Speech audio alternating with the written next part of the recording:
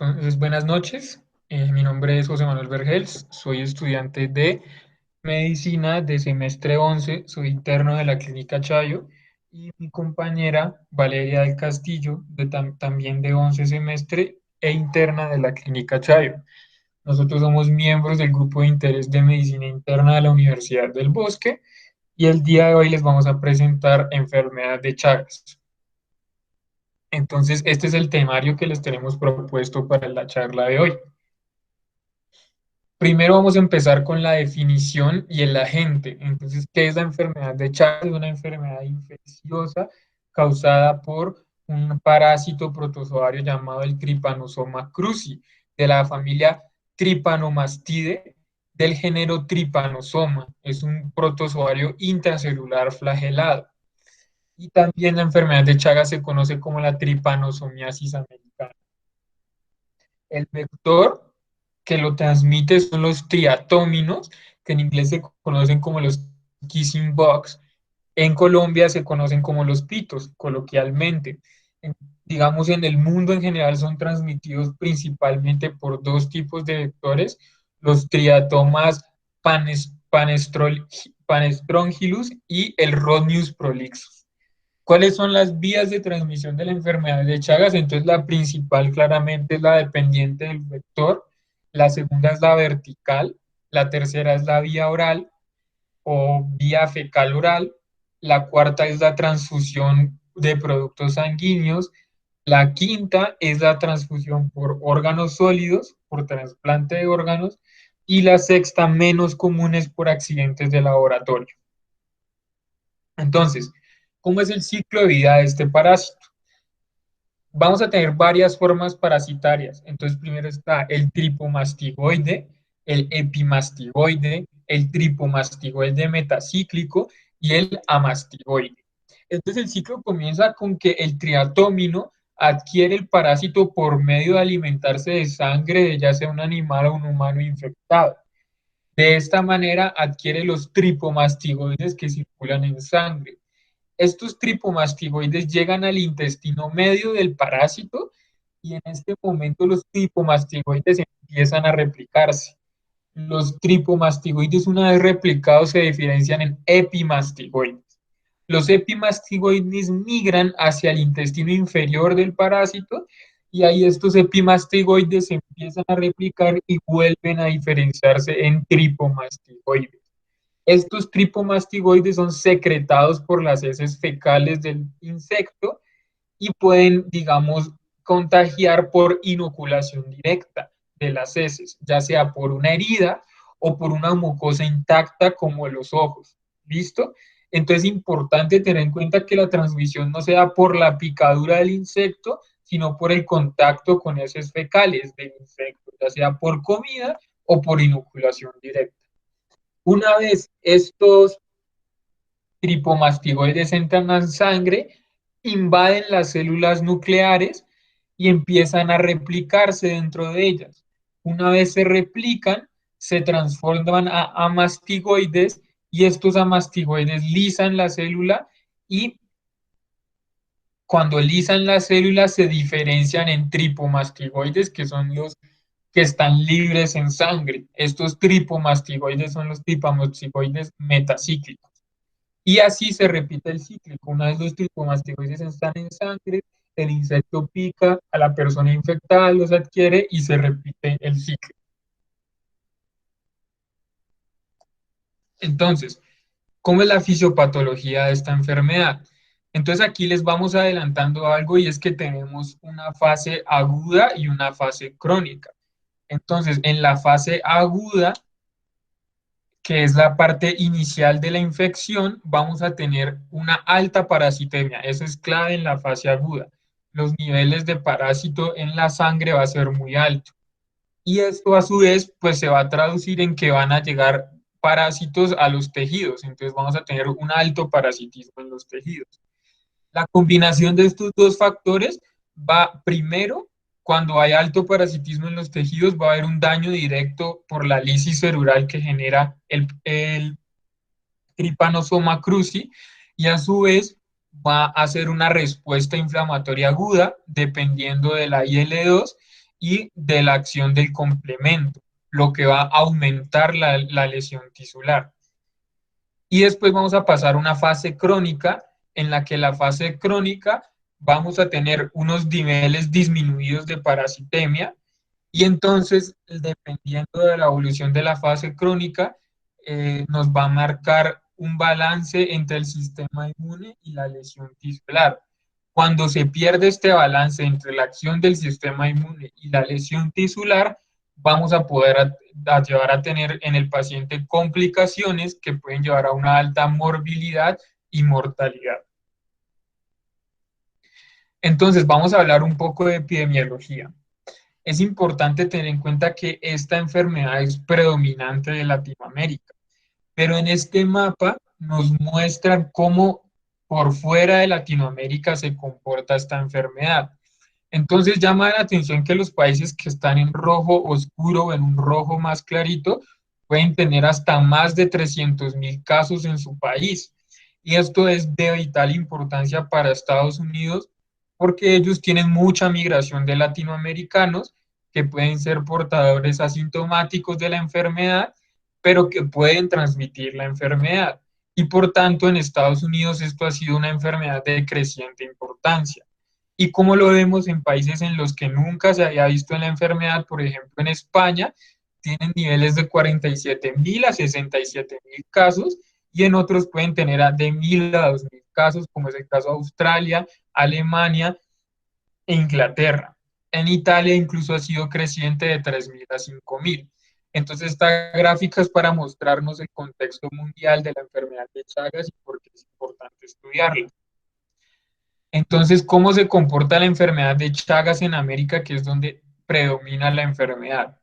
Entonces, los países o las zonas que están coloreadas de rojo oscuro nos muestran que son áreas endémicas en donde no se ha tratado de interrumpir la transmisión vectorial. Entonces, aquí les vamos adelantando algo. Una de las principales intervenciones de prevención para la enfermedad de Chagas es la transmisión por el vector. Entonces, en las zonas que están en el rojo más oscuro, significa que es una zona endémica y que no hay planes de control vectorial, o sea, de fumigación. Los que son de un rojo un poco más clarito son las áreas endémicas en donde no se ha interrumpido, en donde se trata de interrumpir, pero no se ha podido interrumpir la transmisión vectorial. Y las áreas que están un poco como en rosado son las áreas que son endémicas y que están a punto de interrumpir o de acabar con la transmisión vectorial. Entonces, como vemos, ese es el caso de la mayor parte de nuestro país, como vemos en el mapa. La mayor parte de nuestro país está a punto de interrumpir la transmisión vectorial, pero no se ha podido. Y llama la atención que hay países como Brasil en que parte del país, como el área blanca, son áreas en las que fueron endémicas y en las que se interrumpió la transmisión vectorial, pero hay otra parte en la que ni siquiera hay planes para interrumpir la transmisión vectorial y son las que están cercanas a nuestro país. Por eso también se ha visto casos de brotes en el Amazonas y donde ha sido un difícil control, que es donde tenemos la frontera con Brasil y los otros países que son endémicos y que no han hecho un buen control del vector. Y como vemos, tenemos áreas de un verde más clarito en donde ya no hay transmisión por el vector, y las áreas en donde ni siquiera hay evidencia de transmisión y ya no son endémicas, como podemos ver en las partes sobre todo de Chile, algunas partes de Bolivia y de Argentina y de Perú. Y pues como este mapa se centraba más en donde la enfermedad es predominante, que es en Latinoamérica, Centroamérica y Sudamérica, no podemos tener datos disponibles de Estados Unidos, sobre todo porque allá la transmisión vectorial no es frecuente. Este es un mapa para mostrarles cuáles son los principales triatóminos que transmiten la enfermedad. Y como ya les había explicado, hay de dos tipos. El que es más predominante en Colombia es el triatoma dimidiata. ¿Listo? Ese es el que más se puede ver en Colombia, pero esto solo es un esquema para mostrarles cuáles son los diferentes tipos de triatóminos que pueden transmitir la enfermedad. Entonces, hablando más específico ya nuestras regiones en Latinoamérica, podemos ver que de todas maneras los de mayor prevalencia de enfermedad de Chagas son Bolivia, Argentina y Paraguay. Y podemos ver que Colombia tiene más o menos un 0,96% de prevalencia de la enfermedad. Y vemos que los países con menos prevalencia puede ser Costa Rica o Uruguay. En cuanto a la epidemiología de nuestro país, entonces pues, tenemos que la prevalencia es de 700.000 a 1.200.000 de habitantes infectados. Y los tres principales departamentos que presentan, digamos, valores endémicos de la enfermedad son el departamento de Santander, norte de Santander y súper importante el departamento en el que estamos ahora, que es Cundinamarca. Es importantísimo que nosotros sepamos de la enfermedad porque es muy seguro que nosotros vamos a ver pacientes con la enfermedad de Chagas o con sus complicaciones. ¿Y cuál es lo triste de esto que nos muestra? Que si vemos de la lista de departamentos que están allí, por ejemplo, hay departamentos como Casanare, Arauca y Magdalena, en las que el diagnóstico es muy difícil porque no hay buena atención en la calidad y sobre todo es de difícil acceso a la atención en salud. Y por eso es que también vemos muchas de las complicaciones de la enfermedad crónica por Chagas. Y lo mismo, este es del Boletín Epidemiológico del 2020, en donde nos muestra que las dos ciudades que más han reportado casos ahora, que han estado poquitos, ha sido Cesar y la ciudad de Boyacá. Y en cuanto a departamentos, los que más han reportado casos fueron Santander y Tolima. Esto para el reporte epidemiológico de Colombia que hay hasta ahora del 2020. Pues todavía esperamos a que se acabe el año para dar un reporte acumulado total. Entonces, vamos a hablar ahora sí de la clínica y la historia natural de la enfermedad. Entonces, como lo indica la gráfica, lo primero que vamos a tener es una transmisión que puede ser vectorial, congénita, fecal oral, por transfusiones accidentales o por trasplante de órganos. Cuando adquieren la enfermedad del paciente o la infección, pasamos a la fase aguda, que más o menos puede durar de 2 a 4 semanas. La fase aguda, el 90% de los pacientes, eso es muy importante saberlo, no hacen síntomas o hacen síntomas mínimos. Entonces, eso también hace muy difícil el diagnóstico de la enfermedad. ¿Y qué son síntomas mínimos? Pueden hacer, por ejemplo, un malestar general y ya, o solo un poco de fiebre que no compromete mucho, digamos, su funcionalidad. Y entonces eso hace que los pacientes no consulten tampoco. Y también es otro factor para hacer difícil el diagnóstico en la fase aguda. Y en la fase aguda, el 10% de los pacientes pueden generar síntomas que se caracterizan por fiebre, malestar general, edema bilateral de los miembros inferiores, puede haber hepatoesplenomegalia y linfadenopatía. En algunos casos, cuando hay una inoculación directa de las heces, por ejemplo, por la piel con una herida o por contacto de los ojos, se pueden haber unos signos característicos que ya se los voy a mostrar más adelante. Uno es el signo de Romaña, que es edema palpebral unilateral, y el chagoma, que es la lesión cutánea que da por la inoculación de las heces infectadas con el insecto. Importante tener en cuenta que de los pacientes sintomáticos, el 5% pueden presentar complicaciones severas de la fase aguda, que las principales son miocarditis y meningoencefalitis. Esto sobre todo se ha visto en dos clases de pacientes. Aumenta el riesgo en los pacientes que se contagiaron por transmisión fecal oral y los pacientes que son inmunosuprimidos. Después vamos a tener la fase crónica de la enfermedad. Entonces, en la fase crónica de la enfermedad vamos a tener también dos presentaciones. El 70% de los pacientes puede presentar formas indeterminadas en las que los pacientes son asintomáticos, nunca presentan síntomas y nunca presentan complicaciones de la enfermedad y van a tener el parásito de por vida.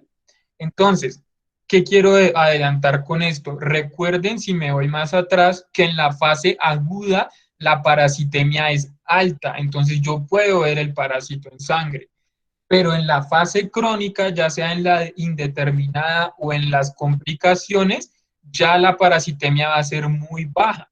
Entonces yo solo me puedo apoyar de los anticuerpos. ¿Listo?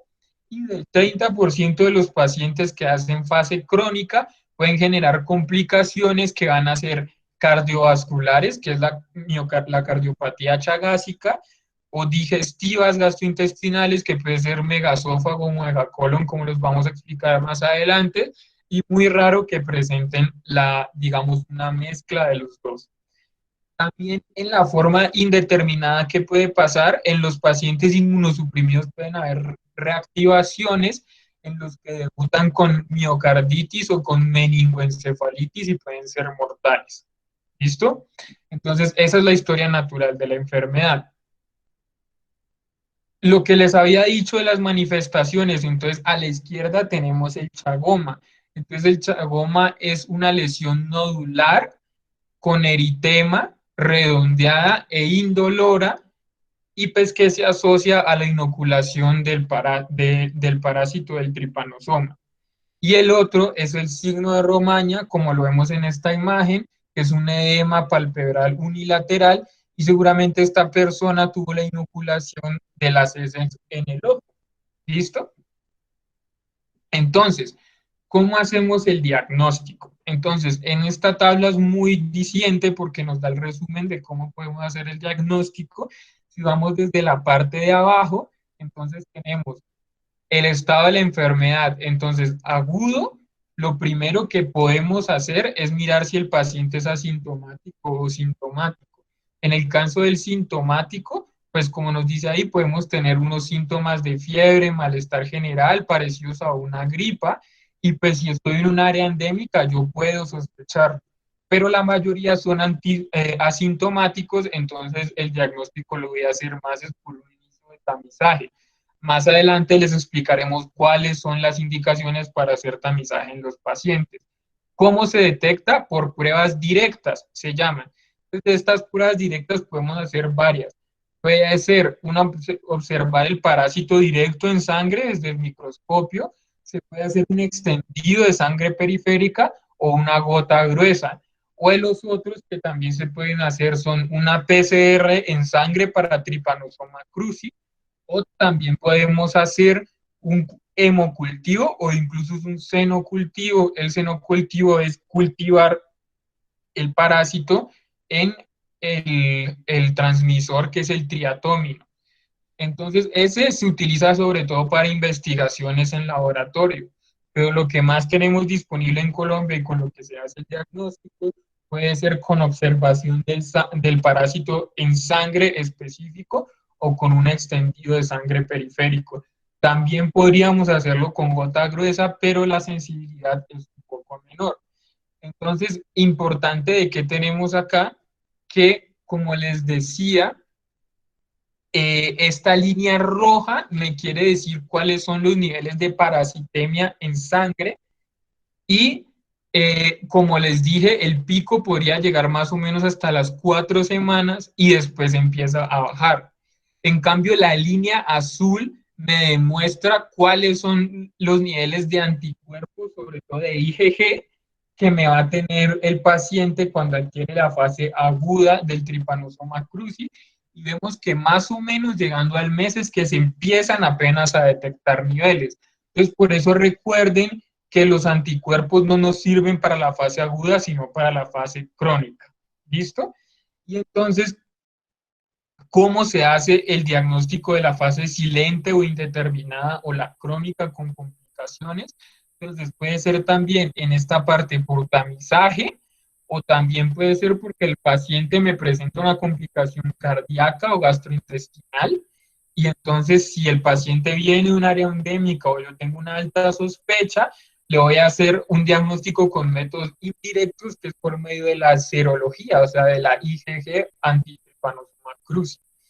Entonces, es necesario tener en cuenta en estos en estos casos, que ya en la fase crónica, después del mes, los anticuerpos contra inmunoglobulina G empiezan a subir y miren que la parasitemia es casi que indetectable. En este caso, la PCR también tiene baja sensibilidad para detectar el Trypanosoma cruzi en la fase crónica. Entonces, los diagnósticos solo lo hacemos con IgG. Importante, tenemos 3 pruebas para hacer el diagnóstico en la fase crónica. La mejor es la ELISA, también tenemos inmunofluorescencia o por hematoaglutinación. Entonces, como la más sensible es la prueba de ELISA, cuando tengo un paciente con una sospecha de Chagas crónico, lo primero que puedo hacer es hacer la ELISA, es lo que debo hacer. Si me sale negativo, entonces yo digo pues que probablemente este paciente no tiene enfermedad de Chagas y lo descarto. Pero de todas maneras, en las pruebas no tienen tan alta sensibilidad como yo lo quisiera. Entonces, con una sola prueba positiva, yo no puedo hacer el diagnóstico. Entonces, si me sale una ELISA positiva, yo me voy a hacer una segunda prueba que generalmente es la de inmunofluorescencia. Si la inmunofluorescencia me sale positiva, yo ya confirmo el caso de un Chagas crónico. Pero si me sale negativo y yo todavía tengo la duda, entonces puedo hacer una técnica diferente, que realmente es la hematoaglutinación, y si la hematoaglutinación me sale positiva, ya con 2 pruebas positivas, recuerden, yo hago el diagnóstico. Y si me sale negativa, entonces ya con 2 pruebas negativas y una positiva, descarto la enfermedad. Entonces aquí continúa mi compañera Valeria para hablar sobre las complicaciones. Listo. Ahora, bien, al hablar sobre las manifestaciones gastrointestinales, es importante mencionar que estas son menos frecuentes que las manifestaciones cardiovasculares de las que hablaba Manuel. Se encuentra con mayor frecuencia en países como Argentina, Bolivia, en el sur de Perú, Uruguay, y también se ha encontrado en algunas partes de Brasil. Se cree que la especificidad geográfica resulta de diferencias en los genotipos de Trypanosoma cruzi. Se menciona que el TS2 es más frecuente en el sur, mientras que el TS1 es más frecuente en el norte del Ecuador. Entonces, estas manifestaciones como tal son el resultado de una alteración en el sistema nervioso gastrointestinal, lo que genera una alteración en la motilidad, ya sea esofágica o colónica. Se encuentra un compromiso esofágico que va desde la calasia leve hasta el megaesófago severo, el cual se caracteriza por disfagia, odinofagia, reflujo gastroesofágico. Los pacientes pueden presentar pérdida de peso, pueden presentar aspiración, tos. Y algo importante para mencionar es que hay un aumento en el riesgo de carcinoma esofágico en estos pacientes, por lo que es importante el tamizaje con endoscopia para ellos. Adicionalmente se encuentra el compromiso del colon, que se manifiesta usualmente por constipación y por el megacolon, lo que se puede complicar con un fecaloma, con un volvulus e isquemia intestinal. Bueno, principalmente se afecta el colon sigmoide y el recto. Casi que se limita exclusivamente a estos sitios, entonces es importante mencionar que, pues a diferencia del compromiso esofágico, este no incrementa el riesgo de cáncer de colon, por lo que el tamizaje con endoscopia no se indica. Dale, José. No, pon atrás otra vez, por favor. Algo que les quería mencionar es que pues en esta enfermedad el pronóstico generalmente es bueno. Se encuentra una excepción en aquellos pacientes con formas avanzadas de la enfermedad y si presentan complicaciones de la misma, ya que pueden presentar mayor riesgo de la muerte en ellos. ¿Listo? Algo también que es importante resaltar es que las imágenes gastrointestinales y la evaluación funcional en estos pacientes, como la realización de estudios manométricos, se requieren es cuando ellos presentan síntomas. Sin embargo, cabe resaltar que las anormalidades sutiles pueden estar presentes inclusive antes de la aparición de cualquier síntoma. Un punto importante para mencionar sobre un artículo que mencionaron en Circulation en el 2018, que se realizó en el noreste de Brasil. Se tomó a 186 individuos con enfermedad de Chagas crónica. A ellos le realizaron unos estudios de tamizaje con radiografía de esófago y de colon con contraste y se demostró que era más frecuente la manifestación del megacolon y esa seguida por el megaesófago y también se encontró un pequeño porcentaje que hablaba de la combinación de ambas manifestaciones. Listo. Ahora, yendo a hablar de la cardiopatía chagásica, eh, esta manifestación clínica es de las más importantes de la enfermedad de Chagas, ¿listo?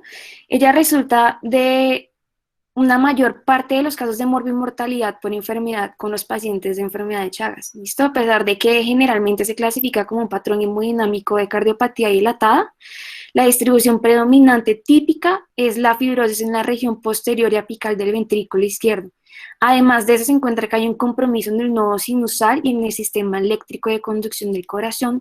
Y esto es muy importante mencionarlo, ya que esto lo distingue de las otras cardiomiopatías. ¿Listo? Al hablar de la enfermedad de Chagas, cuando hay una ausencia de tratamiento adecuado, la infección persiste durante toda la vida y esto ocasiona que la enfermedad cardíaca se manifieste hasta en un tercio de los individuos que presentan la enfermedad. Es importante mencionar que al inicio del curso de la enfermedad, la cardiopatía crónica por Chagas puede ser clínicamente silente. Sin embargo, pues esa puede ir progresando a una cardiopatía dilatada y pueden aparecer síntomas de falla cardíaca, puede aparecer arritmias ventriculares, trastornos en la conducción, como ya les había mencionado, y otras complicaciones como los accidentes cerebrovasculares y las embolias sistémicas. Entonces aquí, como a grosso modo, para definirles un poco la cardiopatía chagásica, ese es un término que abarca todos los temas, pues todos los casos de enfermedad de Chagas con afección cardíaca. Eso se define por la presencia de al menos una anormalidad electrocardiográfica típica en pacientes que tengan la serología positiva para trypanosoma cruzi.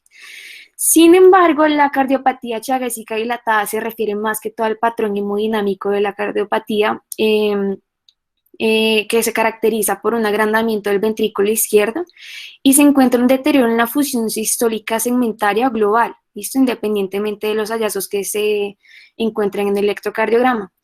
Decidimos poner este esquema que sacamos de Circulation, que habla de la cardiopatía chagásica, nos muestra una ilustración que en verdad explica muy bien cuáles son los cambios y las manifestaciones principales en la enfermedad.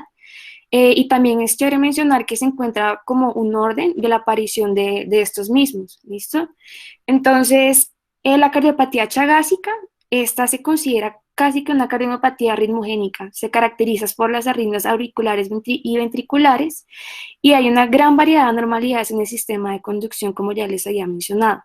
Las arritmias pueden ser la única manifestación de la enfermedad, ¿listo? Pero usualmente ocurre en combinación con insuficiencia cardíaca con eventos tromboembólicos.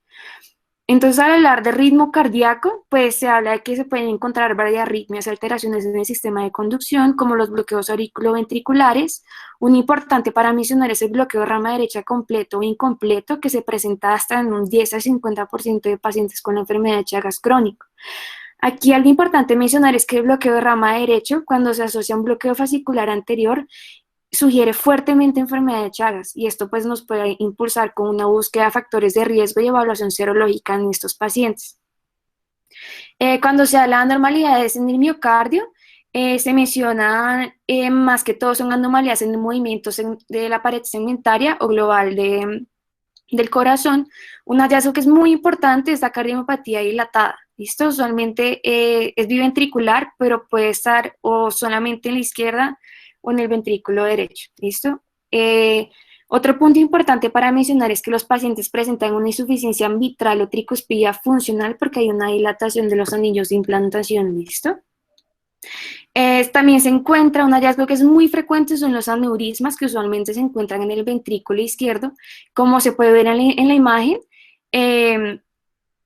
También es importante mencionar que pues, la aparición de esos aneurismas suele ser apical, pero también se puede encontrar en otros segmentos del ventrículo izquierdo y puede ser un hallazgo que es poco común en el ventrículo derecho.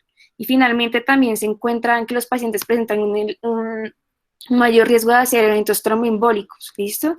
Entonces, pues esos pacientes también presentan un riesgo aumentado de hacer accidentes cerebrovasculares o embolias sistémicas. Dale. Bueno, aquí lo que les quería mostrar es qué se hace cuando un paciente presenta una serología positiva para Chagas, ¿listo? Entonces, al hablar de los exámenes que se solicitan, es importante que si el paciente presenta ya la enfermedad de Chagas positiva, es importante realizar un adecuado examen físico, ¿listo? Acá de las pruebas más importantes para mencionar es, pues primero el electrocardiograma, que es el examen inicial más importante para la evaluación de los pacientes con la enfermedad o que tienen la sospecha. Cuando los pacientes presentan alteraciones electrocardiográficas en zonas endémicas, ellos ya crean como tal una sospecha de Chagas importante. Entonces, por eso hay que solicitarles la serología a estos pacientes.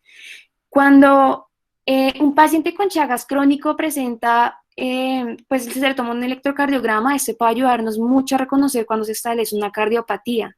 O si este llega a ser normal, puede sugerir que el paciente se encuentra con la forma indeterminada crónica de la enfermedad. Entonces, este se confirma ya sea por ausencia de manifestaciones clínicas o con exámenes radiológicos normales. ¿Listo? Es una prueba que se está realizando de forma seguida, ya que la aparición de las anormalidades electrocardiográficas se reconoce frecuentemente como marcador de progresión de cardiopatía y esto resulta a un requerimiento de más estudios de evaluaciones en los pacientes. Es importante también mencionar que esos pacientes con síntomas de arritmias presentan palpitaciones, síncope y muerte súbita abortada. El electrocardiograma es obligatorio antes de realizar cualquier estudio con Holter o otras pruebas. También se encuentran otras ayudas como la radiografía de tórax y también se encuentra el ecocardiograma transtorácico. Ya una vez si el examen, alguno de esos exámenes aparece anormal, es importante que esos pacientes sean remitidos al cardiólogo para que se les hagan unos estudios más profundizados. Entre esos está el Holter, que también es una prueba que es bastante importante para los pacientes con Chagas, ya que se considera que todo paciente con cardiopatía chagásica crónica, sin importar la severidad, requieren de un Holter para evaluar la presencia y la densidad de arritmias ventriculares complejas. ¿Listo? También es importante evaluar si tienen enfermedad del nodo sinusal y enfermedades en cuanto a la conducción auriculoventricular. Las arritmias ventriculares ocultas no sostenidas son unos hallazgos que son muy comunes en esta cardiopatía a comparación de las otras, ¿listo? Y a medida que aumenta, a medida que empeora la función ventricular, estas tienden a aumentar.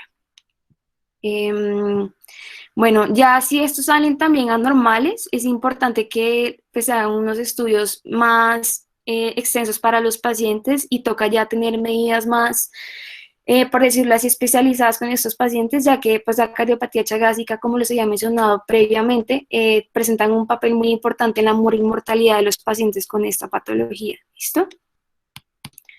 Dale. Entonces, un punto muy importante para mencionar son las causas de muertes por la enfermedad. ¿Listo? Entonces, una de las principales causas es la muerte súbita. Aquí algo que les quiero mencionar es que los pacientes, inclusive la primera manifestación de la enfermedad puede ser la muerte súbita. ¿Listo? Entonces, las taquiarritmias ventriculares se asocian con una mortalidad sustancial en pacientes y son la causa principal de muerte en pacientes pues, con la cardiopatía chagásica.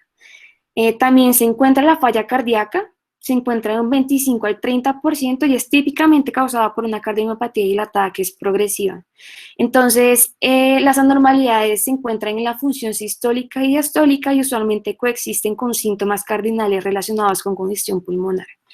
Es importante mencionar que en algunos pacientes la falla cardíaca derecha puede ser más prominente que la falla cardíaca izquierda y puede ser una ayuda para el diagnóstico de la cardiopatía chagásica crónica como causa de la falla cardíaca. Es importante mencionar que la falla cardíaca derecha aislada es poco frecuente, ya que la disfunción ventricular derecha usualmente se asocia a la disfunción ventricular izquierda en estados avanzados de la cardiopatía chagásica. Y también se encuentra entre otras de las causas de muerte los eventos embólicos. Entonces son pacientes, es importante también resaltarles que la enfermedad de Chagas es una causa importante de accidente cerebrovascular en América Latina. Hasta el 20% de los pacientes que viven en zonas endémicas presentan serología positiva para el trypanosoma cruzi.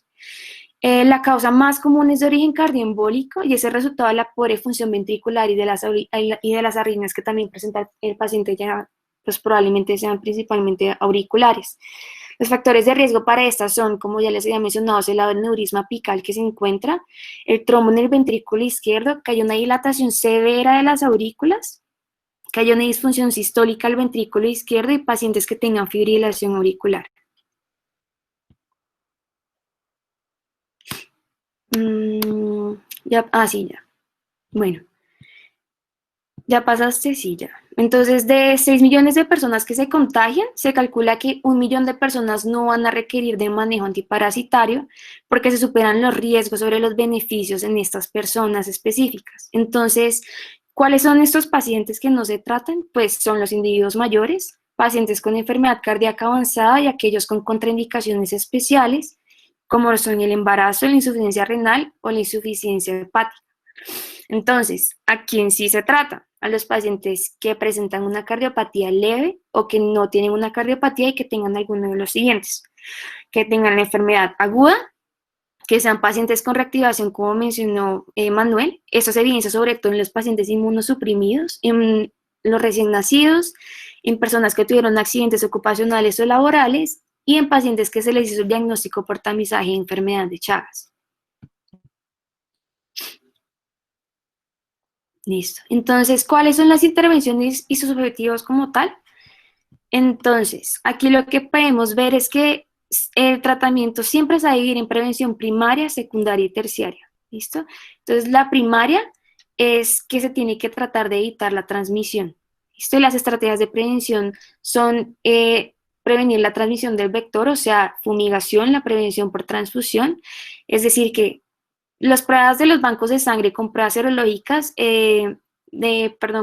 los bancos de sangre deben contar con unas pruebas serológicas para asegurarse de que haya una ausencia del tripanosoma en sangre. ¿Listo? También es importante que haya una prevención congénita, o sea, que las mujeres embarazadas también tengan pues la prueba serológica de la enfermedad de Chagas. ¿Listo? También es importante mencionar que a estos pacientes hay que promoverles mucho la higiene y también sobre la comida, por lo que les mencionaba a mi compañero que también podía hacer por la transmisión fecal oral. Otra de las intervenciones primarias es que se menciona que debe haber como una mejoría en el estado socioeconómico de los pacientes. Es importante que se haga el tamizaje en pacientes que se encuentren en edad fértil. Eh, También es importante que haya pues una promoción, sobre todo en las medidas de la promoción de la enfermedad, que los pacientes se estén haciendo frecuentemente, perdón, si los pacientes presentan riesgo, pues es importante que ellos sepan que es necesario realizarse la serología para pues tener en cuenta hacerse diagnóstico de la enfermedad. En cuanto a las prevenciones secundarias, es importante tener en cuenta la población objetivo, que es ya cuando la enfermedad se encuentra establecida, pero los pacientes están asintomáticos o la presentación es aguda. Entonces, ¿qué se debe hacer? Se debe tratar de eliminar la infección y se debe prevenir la progresión de la enfermedad. Entonces, acá, ¿qué debe hacerse? Como las tres estrategias principales, pues el tamizaje, el tratamiento antiparasitario, el seguimiento de estos pacientes y se deben hacer, pues se debe también brindar el tratamiento antiparasitario. De las intervenciones principales también se encuentra que se debe haber un tratamiento etiológico de los pacientes y que lo más importante aquí es que la detección sea temprana y que el tratamiento también sea temprano. ¿Listo? Sobre todo mencionan aquí que el tratamiento congénito en los niños que fueron con la transmisión por la madre también deben tener el tratamiento y deben tener una detección temprana para evitar complicaciones a largo plazo. En cuanto a la prevención terciaria, se habla de ya como tal la población objetivo, los pacientes con la enfermedad ya establecida. Entonces, ¿qué se busca? Reducir la mortalidad y mejorar la calidad de vida. Entonces, aquí lo que se va a hacer es que se deben continuar con los cuidados, se deben detectar tempranamente las complicaciones de la enfermedad y se va a hacer, aquí lo más importante como tal, es hacer un manejo adecuado de las manifestaciones clínicas del paciente y brindar un tratamiento también adecuado para ellos, ¿listo? Entonces, como tal, aquí lo más importante es tratar las complicaciones de la enfermedad. Entonces, en esta diapositiva, pues, Antes les había mencionado un poco de qué pacientes se trataban, pero aquí nos brindan una imagen que nos ayuda bastante para darnos cuenta qué pacientes hay que tratar y a quiénes no. Entonces, se dice que los pacientes con infección aguda, a ellos se les debe administrar el tratamiento, también a aquellos con infección congénita y a los niños que presentan infección crónica por la misma patología. También se habla que las mujeres en edad fértil, entre los 15 y 44 años de edad, también deben recibir el tratamiento. Y aquí algo importante que para mencionarles es que los individuos que tienen la infección crónica, pero que no presentan un daño, un compromiso de órgano, es importante ofrecerles el tratamiento, ¿listo? Pero aquí algo para resaltarles es que si el paciente ya tiene la enfermedad crónica y tiene un compromiso de órgano, ya sea moderado o severo, a estos no hay que ofrecerles tratamiento, ¿listo? Aquí hay algo que hemos notado y es que al hablar de complicaciones, se ha notado que, por ejemplo, algunos cardiólogos, en cuanto a la cardiopatía chagásica, les dan tratamiento antiparasitario a los pacientes, ¿sí? Pero ellos, es muy importante mencionarles que si ustedes les dan tratamiento a estos pacientes, ya para que ellos lleguen a un estado cero negativo, pueden demorarse inclusive hasta 5 años en lograrlo, ¿listo? Entonces, ellos más que todo lo hacen es para evitar la progresión de la cardiopatía chagásica. Sin embargo, esto no se ha podido evidenciar en la complicación gastrointestinal, por lo que a ellos no les funciona el tratamiento, ¿listo? Como les mencioné también, a los pacientes que tienen reactivación de la enfermedad, los inmunocomprometidos, a esos también hay que administrarles el tratamiento y también a aquellas personas que presentaron accidentes laborales o quirúrgicos. En cuanto a los medicamentos, pues aquí se encuentran dos que nos mencionan bastante en las guías. Entonces, de los medicamentos que se dan son el benznidazol, que es el medicamento de primera línea, o el nifurtimox, que es el de segunda línea, ¿listo? Entonces, ahora bien, al hablar del benznidazol, es un agente antiparasitario que se emplea para el tratamiento de la enfermedad de Chagas. Entonces, al hablar de la dosis, en pacientes menores de 12 años de edad, la dosis se recomienda de 5 a 7.5 miligramos kilogramos por día oral, dividiéndolo en 2 dosis por 60 días. Y en mayores de 12 años, la dosis es de 5 a 7 miligramos kilogramos por día, vía oral, y se divide en 2 dosis por 60 días. Entonces, de los efectos adversos es que estos presentan rash, dermatitis alérgica, una neuropatía periférica, anorexia, inclusive pueden presentar pérdida de peso. Entonces, el nifurtimox, como mencioné, es un medicamento de segunda línea. Adicionalmente, es importante mencionar que este presenta más efectos adversos, por lo que un gran porcentaje de pacientes discontinúa el manejo con este. Entonces, al hablar de la dosis, es importante mencionar que en pacientes menores de 10 años, la dosis es de 15 a 20 miligramos kilogramo por día, se administra vía oral, pero esta diferencia del benznidazol se divide en dosis de 3 a 4 dosis por 90 días. En pacientes de 11 a 16 años, la dosis es de 12.5 a 15 miligramos kilogramo por día, se divide también en dosis de 3 a 4 dosis por 90 días. Y en mayores de 17 años, la dosis va de 8 a 10 miligramos kilogramo día, también se divide en unas dosis de 3 a 4 por 90 días. Entonces, los síntomas, los efectos adversos más importantes son los síntomas gastrointestinales, tienen una pérdida de peso importante, anorexia, una neuropatía periférica, que es importante mencionar que esta es reversible, ¿listo? Y pues lo que les mencionaba es que este medicamento, por los grandes eventos adversos que estos presentan, genera una alta tasa de descontinuación del medicamento. Es importante también resaltarles que este medicamento como tal no está aprobado por la FDA. Se encuentra en estudios, a diferencia del benznidazol, que sí está aprobado por esta. Y bueno, entonces, para concluir, este es un algoritmo que tiene un resumen muy importante de lo que les hemos tratado de decir durante la presentación. Entonces, si empezamos primero desde izquierda a derecha, nos indica a qué pacientes yo tengo que hacerles tamizaje para la enfermedad de Chagas. Y también cuando seguimos hacia la derecha, nos dice con qué examen le tenemos que hacer el tamizaje. ¿Listo? Entonces, primero están los pacientes con un síndrome febril prolongado y pues que obviamente residan en un área endémica. Entonces, a estos pacientes, si tienen un síndrome febril prolongado, ¿en qué pensamos? En una enfermedad de fase aguda sintomática. Y entonces se le hace una prueba de tamizaje con parasitemia, ¿cierto? Ya sea gota gruesa o un extendido de sangre periférico, y ya se lo tiene que pedir el médico de cuidado primario, o sea, el médico general. Los recién nacidos de madres seropositivas también se les tiene que hacer tamizaje y también se hace con parasitemia.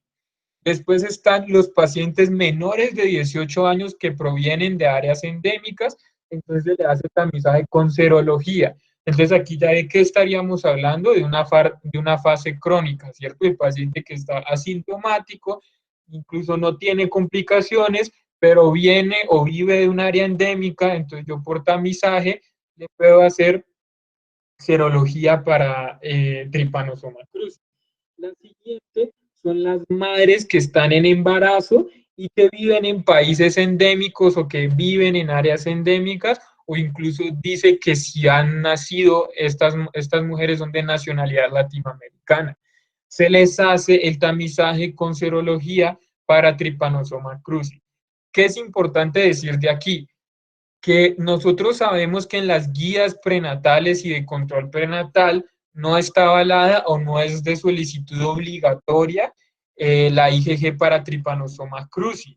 Entonces es importante decir que en este algoritmo obviamente es el mundo ideal, pero pues por ejemplo en nuestro país no está aprobada de manera obligatoria hacerle a todas las mujeres embarazadas IgG a Trypanosoma cruzi. Pero este artículo del 2020 que nos trae esta gráfica lo recomiendo. ¿Listo? Los pacientes adultos con factores de riesgo, o sea, que vivan en un área endémica, que vivan en una casa con hacinamiento, ¿sí? Que las casas estén en un área endémica y que tengan huecos en las paredes donde pueden vivir los triatóminos. Esos adultos en riesgo se les tiene que hacer un tamizaje con serología. Los pacientes que van a donar sangre en Latinoamérica, y eso sí se hace en todos los bancos de sangre de Latinoamérica, con serología, y los trabajadores de la salud que manejan, digamos, muestras con sangre infectadas con Trypanosoma cruzi, también debería hacerse el tamizaje en su consulta a medicina general. Después de esto, una vez se haya confirmado con el tamizaje, entonces, ¿qué tenemos que hacer? Una prueba confirmatoria. Entonces, en el caso de que sea una parasitemia, pues ya si tenemos la clínica o si es un recién nacido una madre seropositiva, pues ya esa es una prueba confirmatoria, ¿cierto? Estoy viendo el parásito ahí en sangre. Pero ¿qué pasa con los que les hicimos una serología? Recuerden que la primera que se hace es una ELISA, pero yo para confirmar el diagnóstico tengo que hacer una segunda prueba que puede ser la inmunofluorescencia, ¿cierto? Entonces, de aquí para abajo, de los pacientes de 18 años hacia abajo hasta los trabajos de la salud que manejan muestras infectadas con enfermedad de Chagas, tenemos que hacer la segunda prueba que es la de inmunofluorescencia. Y si se sale negativa, entonces recuerden que tenemos que hacer una tercera prueba, que es la de hematoaglutinación, para confirmar el diagnóstico. Entonces, si seguimos en las columnas de arriba, cuando hablamos de fase aguda, entonces, ¿qué tengo que hacer? Como nos contaba Valeria, dar el tratamiento antiparasitario y no olviden a qué pacientes no debemos tratar y a quienes sí debemos tratar. Si el paciente viene de un brote, generalmente recuerden que los brotes vienen de transmisión fecal oral y estos se asocian a las complicaciones de miocarditis y mielomeningoencefalitis. Entonces tengo que investigar por qué se dio el brote epidemiológico y el seguimiento tengo que darle las medidas preventivas de control primarias que ya dimos, que ya explicó mi compañera Valeria. En el caso de que el paciente no venga de ningún brote epidemiológico, sino que generalmente puede ser por transmisión vectorial, tenemos que hacer un examen cardiovascular completo. ¿Listo?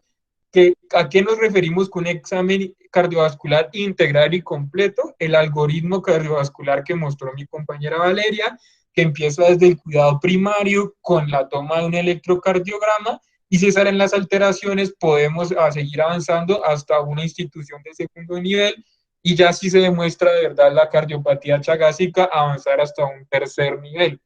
Entonces, eso para la fase aguda. Si es un recién nacido, también le damos tratamiento antiparasitario. Tenemos que tener en cuenta que los dos medicamentos aprobados en Colombia para tratarlos, que ya los dijo mi compañera, son tolerados, son mejor tolerados por los pacientes de la población pediátrica que por los pacientes adultos. Entonces a ellos les va mucho mejor, ¿listo? Y hay dos maneras de seguirlos. Hay unos que dicen que uno debería hacerles un seguimiento anual post tratamiento. Recuerden que el tratamiento, dependiendo del medicamento, puede durar de 60 días o 90 días, y después de terminado el tratamiento puede hacerle un seguimiento anual con serología, o hay otros que hacen un seguimiento anual hasta 5 años, porque en 5 años, recuerden como lo explicaba mi compañera, se puede dar la seronegativización. ¿Por qué es importante tratar a los pacientes? Porque si yo los trato en la fase aguda o en la fase congénita, me evito que el paciente me genere complicaciones gastrointestinales o cardiovasculares. Entonces, súper importante, si yo cojo el paciente en la fase aguda, tratarlo. Y la forma indeterminada, entonces, ¿qué tenemos que hacer? Hacer una evaluación gastrointestinal y cardiovascular una vez que yo ya haya confirmado la enfermedad, y si el paciente tiene alguna complicación cardiovascular o cardiointestinal, darle tratamiento. Entonces, en este caso nos dicen, ojo, porque esos pacientes hacen falla cardíaca, tromboembolismos y arritmias. Entonces, aquí en este caso trato las complicaciones de la cardiopatía chagásica. Y el seguimiento se puede hacer serológico o clínico, y se puede hacer más o menos cada año. Entonces recuerden que los pacientes que tienen cardiopatía leve, yo los puedo tratar, les puedo dar tratamiento antiparasitario, y esto puede evitarme que progrese la cardiopatía. Entonces, es importante para que el paciente no me llegue hasta trasplante de corazón.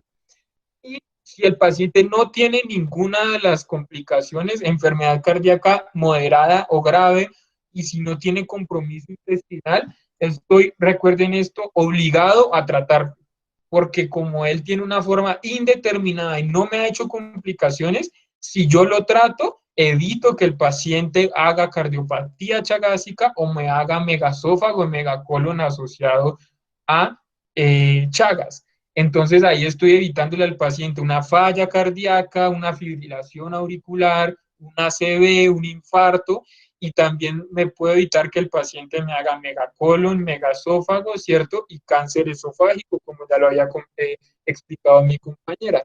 Y recuerden que el seguimiento se hace por un año hasta 5 años. Recuerden que se puede demorar en hacer la negativización también en la fase crónica, y siempre cada año que me llegue el paciente estoy obligado a hacerle el examen cardiovascular completo para estar seguro que el paciente ya no me haya hecho una cardiopatía chagásica. Entonces, como conclusión, ¿qué podemos dar? Primero, si ustedes ven en estas columnas de la izquierda, recuerden que la enfermedad de Chagas es una enfermedad que es del médico general.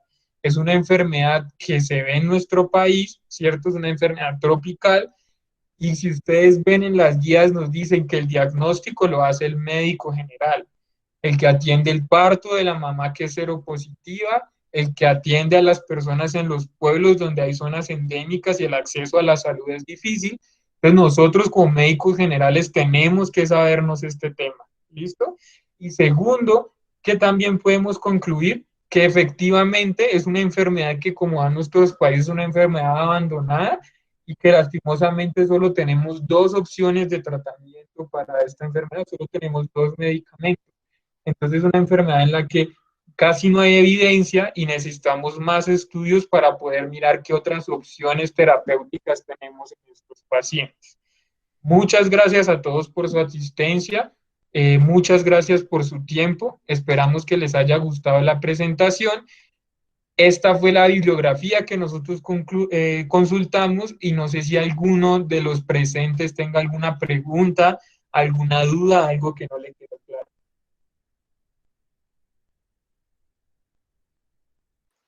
Hola, yo tengo una pregunta. ¿Quién me habla? Qué pena, ¿cómo estás? Hola, Catalina Bustamante. Eh, Em, ¿Eres, eres interna, estudiante? no, yo soy estudiante del Bosque, Ah, listo. ¿De qué semestre? de noveno. Perfecto. Cuéntame cuál es tu Eh, pregunta. Mi pregunta es, pues, bueno, establecimos que los pacientes que ya tienen cardiopatía dilatada avanzada, pues ya no se les da el tratamiento para la enfermedad de Chagas. Mi pregunta es, ¿el tratamiento es como una enfermedad cardíaca, como una falla cardíaca normal? Exacto, como una falla cardíaca normal. O sea, Ujú. el tratamiento se hace como te indica la guía de falla cardíaca, si se agudizó, si es crónica y qué medicamentos le pones a esa falla cardíaca. Quizás tu pregunta sería antes de qué me sirve diagnosticar cardiopatía chagásica. Pues como lo explicaba mi compañera, si la detectas de manera temprana y el paciente viene de una sonda endémica y es una cardiopatía leve, tú lo puedes tratar para que no me avance a la falla cardíaca. Pero ya en la falla cardíaca, digamos, no tiene mucho sentido dar tratamiento antiparasitario, pues porque ya que, ¿cierto? Entonces ya tendrías que tratar como se tratan las fallas cardíacas normalmente. ¿Listo? Listo, muchas gracias. ¿Alguien más tiene alguna pregunta? Manuel, sí, hay una pregunta en el chat. ¿Me la puede leer, por favor? Es que yo aquí con la presentación no... Sí, tranqui. Nicolás Esteban León Moreno pregunta, ¿qué se le puede recomendar a los habitantes de zonas endémicas además de la fumigación? Bueno, muy buena pregunta, Nicolás, ¿cierto? Decía. Sí, Entonces, Nicolás, ¿qué recomendaciones les podemos dar además de la fumigación? Entonces, primero, digamos, en cuanto a recomendaciones, tenemos que tratar en la medida en que la condición socioeconómica lo permita, al menos intentar que donde vivan las personas no vivan en hacinamiento y que donde vivan no hayan huecos en las paredes para que no se acumulen los pitos, ¿cierto? O los triatóminos y ahí no hagan sus nidos o no vivan ahí, ¿cierto? Y los expongan más. Eso puede ser otra recomendación. ¿Qué segunda recomendación les puedes dar? La higiene de manos. ¿Listo? Entonces, si yo vivo en un área endémica y vivo en hacinamiento o vivo cerca, digamos, a la zona rural de un área endémica, tengo que utilizar mucho el lavado de manos porque la transmisión también puede ser fecal oral. Entonces, siempre lavar las manos. Y adicionalmente, ¿cuál podemos hacer también para recomendarles? Que sean muy estrictos en la higiene de la comida. Entonces, lavar las frutas, lavar las verduras, no dejar las carnes afuera, ¿cierto? Todo lo que van a cocinar, que los platos, todos los utensilios con lo que comen, que por favor sean muy juiciosos lavándolos, porque ahí puede estar la popó del insecto y por ahí se pueden contagiar, ¿cierto? Y pues esto ya no va más enfocado hacia las personas de áreas endémicas, sino a las otras personas, como por ejemplo nosotros, los trabajadores de salud. Entonces, si usted está en contacto con pacientes que tengan enfermedad chagásica, ¿cierto? O que manejan muestras de enfermedad de Chagas, entonces utilice todas las medidas de bioseguridad pertinentes para que no vayan a haber accidentes laborales. Esas pueden ser las otras, digamos, recomendaciones que se pueden dar. Y pues súper importante porque ahí nos evitamos el resto de complicaciones, ¿cierto? No sé si te quedó claro, si alguien más quiere responder alguna pregunta, perdón, decirnos alguna otra pregunta. Sí, mi pregunta era más sobre estas medidas de control vectorial. No sé si de pronto sirva recomendar el uso de toldillos o este otro tipo de medidas, pues porque la mayoría de infecciones se da por transmisión vectorial. Sí, pues digamos, en cuanto a toldillos, no está escrito que sirva o no sirva en el triatómico, ¿listo? Lo que las recomendaciones tanto vectoriales fueron las que te dije ahorita, la fumigación, eh, que no se iban en hacinamiento y que no hayan huecos en las paredes. O sea, puntualmente contra el vector es esa. Y la más efectiva que ha demostrado de todas es la fumigación. ¿Listo? De hecho, las campañas van encaminadas a literalmente interrumpir la transmisión vector humano. ¿Listo?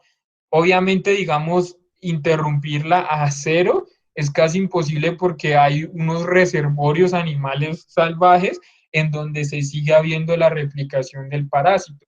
Pero la idea es que en las zonas donde viven las personas no siga existiendo transmisión por el vector y eso se hace a partir de la fumigación. ¿Listo? Vale, gracias. ¿Alguien tiene alguna otra pregunta? Si no entendieron algo, si tienen algún comentario interesante o no están de acuerdo con algo, de verdad estamos pues abiertos a cualquier discusión. Manuel, David David, Arturo, Alice, sí, ya qué pena, ya puedo ver Juan Camilo. David Arturo pregunta qué porcentaje de fallas cardíacas en el país son de etiología chagásica. La verdad, yo no sé el dato, eso sí no lo he buscado. Tendría que traértelo para la próxima, no sé si Valeria tenga algo que decir al respecto, pero el porcentaje de todas las fallas cardíacas que sean de etiología chagásica, no te tengo el dato, la verdad.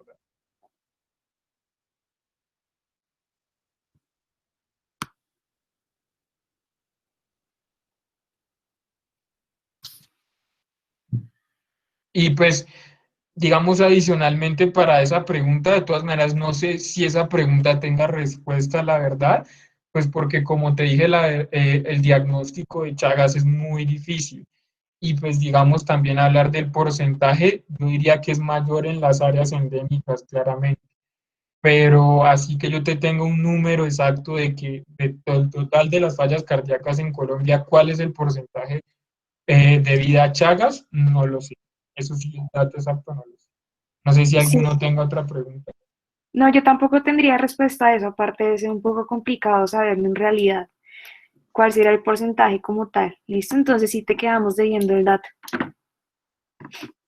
Incluso, pues yo me atrevería a decir que es muy poco, ¿no? Porque si tú ves en los datos que nosotros te presentamos, de los que hacen enfermedad crónica, solo el 30% hacen complicaciones crónicas y de esos que hacen complicaciones crónicas hay un porcentaje que hace cardiopatía chagásica y de esos porcentajes que hacen cardiopatía chagásica, un porcentaje pequeño hace falla cardíaca, porque recuerda que la complicación más común es la muerte súbita.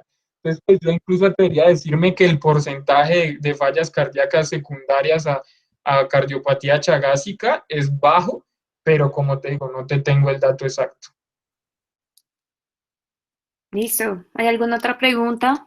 ¿Dudas? Algo ¿Comentarios? que no entendieron, algo que quieran repetir. El diagnóstico, recuerden que es de nosotros los que vamos a ser médicos generales, entonces es importante, si alguien no entendió algo del diagnóstico, no lo puede comentar.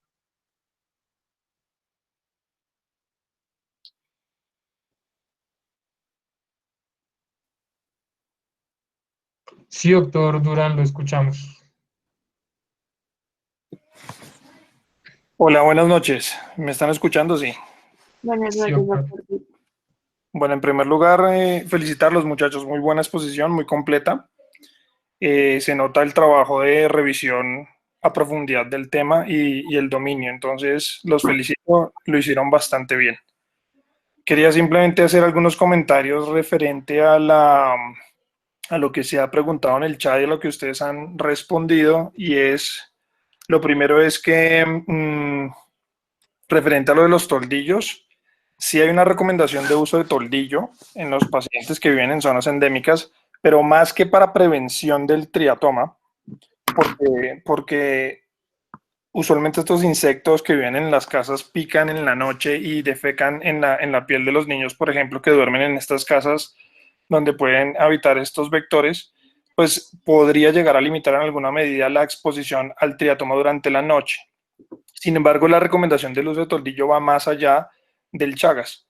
Entonces, usualmente son mismas zonas endémicas tropicales para otras enfermedades vectoriales, como la fiebre amarilla, la malaria, ¿cierto? El dengue, chikungunya y todas estas Zika. Entonces, la recomendación del uso de toldillo, sobre todo para malaria, es muy importante. ¿Listo? Sobre todo en las noches. Entonces, no está de más que hagamos una recomendación, pero no tanto por Chagas. Ahora, lo otro que se mencionaba sobre el porcentaje de falla cardíaca, como dice Manuel, probablemente ese dato no lo tengamos específicamente documentado en la epidemiología. Sin embargo, recordemos que toda falla cardíaca tiene sus principales etiologías.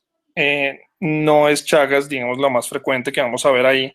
Tenemos siempre pensar en patologías como la hipertensión arterial y la enfermedad coronaria, ¿no? Como principales causas de falla cardíaca. Y como bien lo decía Manuel, el porcentaje de desarrollo de esto no es muy alto. Sin embargo, la respuesta sencilla sería depende. Depende del tipo de falla cardíaca que estemos abordando y de las manifestaciones clínicas.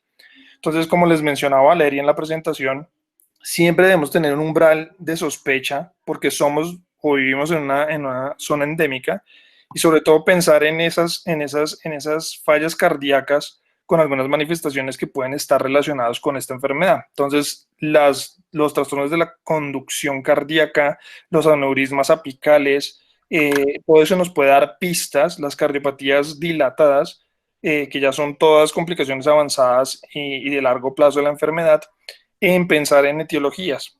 También siempre preguntarle en las anamnesis y en las historias clínicas a los pacientes si conocen el pito, si alguna vez vivieron con pitos, tuvieron exposición con pitos, porque todo eso aumenta la probabilidad de exposición vectorial. Entonces, la recomendación sería es toda falla cardíaca de etiología no clara obliga a pensar en Chagas en nuestro país. ¿Listo? Entonces, más allá de saber cuánto es el porcentaje, probablemente no sea el más frecuente, pero sí algún porcentaje importante en nuestra población, por ser zona endémica, deberíamos pensarlo. Básicamente serán los comentarios y como les digo, muy bien, los felicito. Muchas gracias, doctor. Muchas gracias, doctor. Bueno, entonces, si nadie más tiene preguntas, damos por terminada la charla. Ahí en la diapositiva, pues, les pedimos el favor que sigan a nuestro grupo en redes sociales, Instagram, YouTube y Facebook. Y si tienen alguna duda o algún comentario, si quieren comunicar con nosotros, lo pueden hacer a través del correo. Muchas gracias a todos por su participación. Muchas gracias por las preguntas que hicieron y por el interés. Y bueno, que pasen buena noche.